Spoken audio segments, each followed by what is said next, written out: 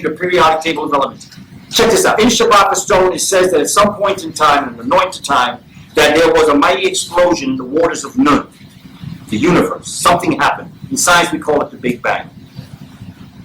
And at that point in time, came into existence Patah. Patah came Atum that began to call things into being, ordering and arranging. In science, it's called developing the atoms that are going to create molecules. Here's the periodic table of elements and the study of the atomic sciences.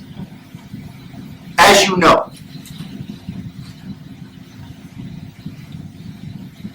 the periodic table of elements, the first element is basically, some people say 92, some people say 109, some people have pushed it to 116 elements or atoms in our universe.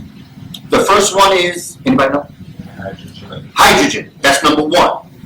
As Dr. Gabriel Ibo teaches us, every other element is only a multiplication of hydrogen, which is the universe.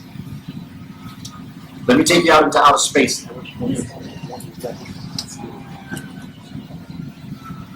When you put two pieces of hydrogen together, what do you get? Number two, what is that? Helium. Helium. It's okay. It's all right. I blame your fifth grade teacher. Because I taught this to my fifth grade class.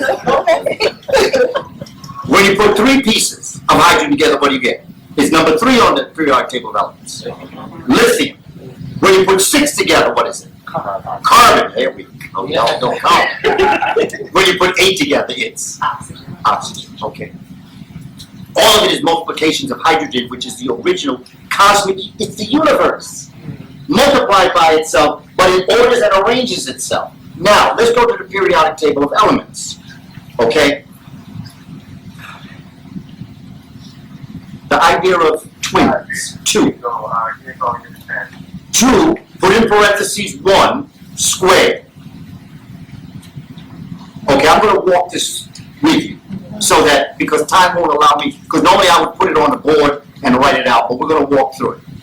Then you have 2, in parentheses you put 2 and you square it. Below that you have 2, in parentheses you have 3 and you square it. Below that you have 2, in parentheses you have 4, you square it. So in other words, you have the twin, 1, 2, 3, 4 squared, each one. 1 squared is what? 1. 2 times 1 is 2.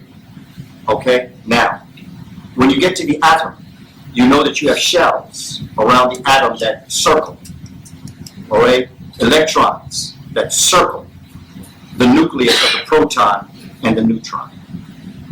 The first shell can only have how many electrons in it?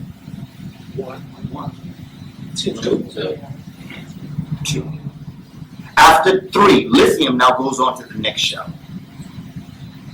Now let's go to the next 2, and then you have 2 squared. 2 squared is 4.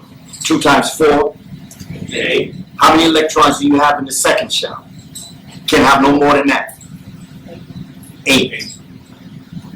Okay, you have another 8, and then you break out to the next shell.